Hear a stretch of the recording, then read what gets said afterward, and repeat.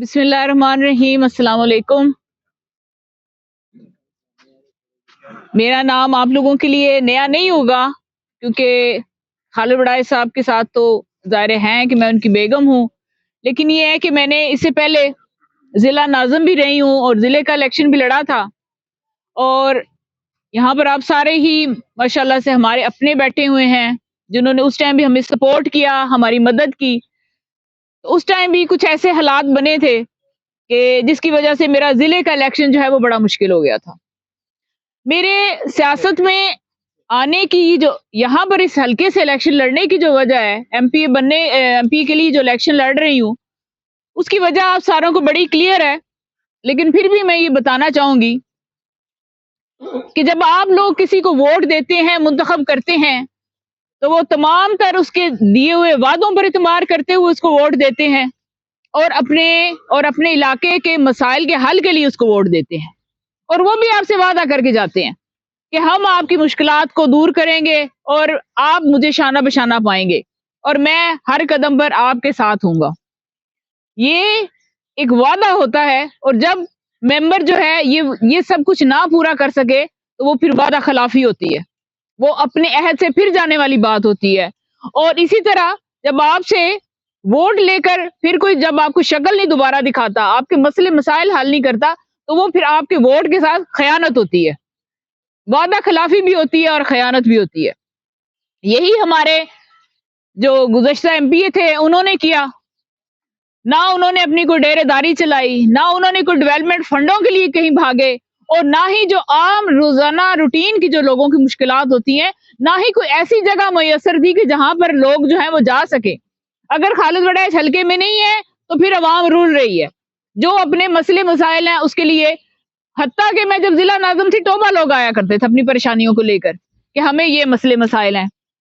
जो सच्ची बात है, मैं जिले की मेंबर थी, जिला नाज़िम थी, पूरा जिला मेरे अंडर था। तो मैं समझती हूँ कि जो इंसान को अल्लाह मनसब दे उसके साथ फिर पूरा इंसाफ करना चाहिए। मैं जिला की नाज़िम थी, तो वहां पर रिजाना, पीर महल, कमालिया, टोबा, गोजरा, वो सारे जो थे मेरे डोमेन में आते थे, वो मेरा सारा हल्का था। और जो इंसाफ का तकाजा था वो ये था कि अगर उन सब ने मुझे चुना है तो मैं उन सब पर तवज्जो दूं, उन सब के मसले मसाइल हल करूं। मैं जब जिला नाज़िम बनी, सो 36 करोड़ बजट था, उसको हम 1.5 अरब रुपए तक लेकर गए। लेकिन वो एक मुनसफाना तकसीम करनी थी, इंसाफ का तकाजा भी ये था कि मैं पूरे जिले में फिर वो जो फंड है वो लगाऊं। तो जो हिस्सा गोजरे के लिए आया था वो मैंने गोजरे पर सर्व किया, जितनी मैं ड्यूटी गोजरे के लिए दे सकती तो उस वक्त देने की कोशिश की। तो ये एक भाग दौड़ का था। खालिद साहब कभी लाहौर भाग रहे हैं, कभी इस्लामाबाद भाग रहे हैं और एमपीए साहब कहीं नजर नहीं आ रहे हैं।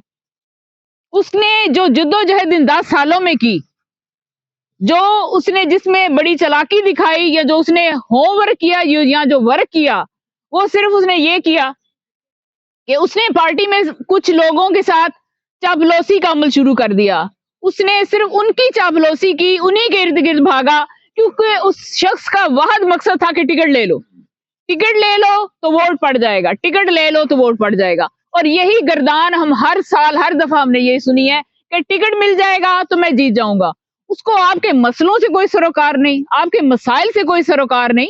ये मजाक तो नहीं है कि खालिद बड़ाइच अकेला भाग रहा है डेवलपमेंट फंडों के लिए, इधर से उधर ख्वार हो रहा है। ये सिर्फ एमएनए एमपी बन जाना काम नहीं होता, उसके बाद दौड़ना पड़ता है, आपको फंड लाने पड़ते हैं, लोगों के पीछे भागना पड़ता है, वजीरों के पीछे भागना पड़ता है, ऑफिसर्स के पीछे भागना पड़ता है, सेक्रेटरीज के पीछे भागना पड़ता है, तब जी जाके ये सारा माहौल बनता है और ये सारी रौनक बनती है। और अगर मैं खालिद साहब की भागदौड़ की बात करते हुए अगर कहूं कि जिस तरह नवाज शरीफ का नाम लिया जाता है, मियां शहबाज शरीफ का नाम लिया जाता है कि अगर पाकिस्तान से डेवलपमेंट के सारे काम नवाज शरीफ के और शहबाज शरीफ के ले लिए जाएं तो पाकिस्तान सिर्फ एक खंडर रह जाता है। इसी तरह मैं गलत नहीं अगर मैं ये कहूं कि अगर गोजरा से भी खालिद साहब के डेवलपमेंट के सारे काम निकाल दिए जाएं तो गोजरा भी फिर सिर्फ खंडर रह जाता है और पीछे कुछ नहीं बचता है। तो ये ड्यूटी तो आखिर उसकी भी थी, साथ दोनों ने साथ एक तरीके से चलना था, तो यहाँ पर डेवलपमेंट होनी थी। और आज अगर इस शख्स ने 10 साल जाया ना किए होते अपनी नाहली में, नालायकी में, तो ये गोजरा जो है ये बहुत ज्यादा डेवलप हो चुका होता। मुंगी जैल की तो मैं कहती हूँ कि अगर सारे के सारे एमपीए के फंड जो है वो यहाँ पर आके लगे होते, यहाँ पर काम हुआ होता, तो आज तो यहाँ पर हमारे मसले मसाइल ही कुछ और होते। ہم بہت اونچے لیول کی چیزیں سوچ رہے ہوتے ہیں، بچوں کی ایجوکیشن کے، روزگار کے سلسلوں کے سوچ رہے ہوتے ہیں، نہ کہ ہم ابھی تک سولنگ گیس اور یہ ٹفٹائل کے چکروں میں پڑے ہوئے ہیں، سیوریج کے چکروں میں پڑے ہوئے ہیں، کیونکہ اس شخص کا تعاون نہیں تھا۔ ایک خالد وڈائچ بھاگا ہے 5 سال 13 سے لے کے 18 تک، اور اس کے بعد پھر یہ 16 مہینے کی حکومت ملی ہے۔ لیکن یہ 16 مہینے کی حکومت میں ہی ہم لوگ ایکٹیو نہیں رہے ہیں، ہم لوگوں نے دفتر چلایا۔ خالد صاحب اس وقت بھی جو علاقے کے اپنے لوکل آپ لوگوں کے مسائل ہوتے تھے، لوگوں کے تھانے کچہریوں کے مسئلے مسائل تھے، تو وہ بھی سنیں، کیونکہ صرف ڈیولپمنٹ کے کام نہیں ہوتے، لوگوں کے اپنے مسئلے مسائل بھی ہوتے ہیں۔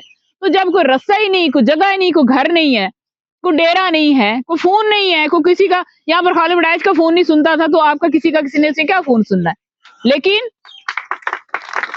اب یہاں پر وہ 10 سال کا ٹائم وہ گزار کر تو اب پھر وہ ایک ڈگڈگی بجا کے آ گیا۔ اس کی جو واحد امید تھی وہ اس نے اپنی خوشامدوں سے، اپنی چاپلوسیوں سے، اور جو اس کی ذہنی ایک سازشی ذہن ہے، جس طرح کہ اس نے ہمیں بلدیہ میں کھپایا، میرے ضلع کے الیکشن میں کھپایا، اب وہی ڈگڈگی بجاتا ہوا، وہ ٹکٹ کی ڈگڈگی بجاتا ہوا دوبارہ پھر آ گیا کہ میرے پاس ٹکٹ ہے، میرے پاس ٹکٹ ہے۔ وہ اس ٹکٹ پر ہی بس الیکشن اپنا ون کرنا چاہتا ہے، اور پھر اس کے بعد 5 سال غائب، پھر آپ کو یہ کہیں بھی نظر آنے والا نہیں ہے۔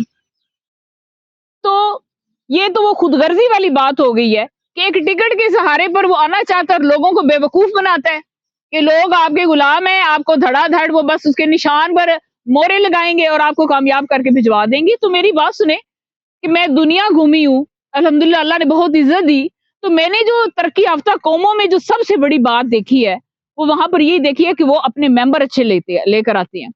ایک دفعہ اگر ایک غلط یا نالائق قسم کا ممبر وہ چن لیتے ہیں، وہ ان کو ڈیلیور نہیں کر پاتا، کام نہیں کر پاتا، پھر سوچے بھی نہیں، پھر اس کی سیاست ہمیشہ کے لیے ختم ہو جاتی ہے۔ میں نے جتنے بھی ترقی یافتہ ممالک میں گئی، میں نے ان کے میئر سے بات کی کہ آپ کی ترقی کا کیا راز ہے، مین آپ لوگوں کا یہ شعور جو آپ لوگوں میں آتا ہے وہ کس طرح سے آتا ہے؟ تو انہوں نے یہی کہا کہ ہم لوگ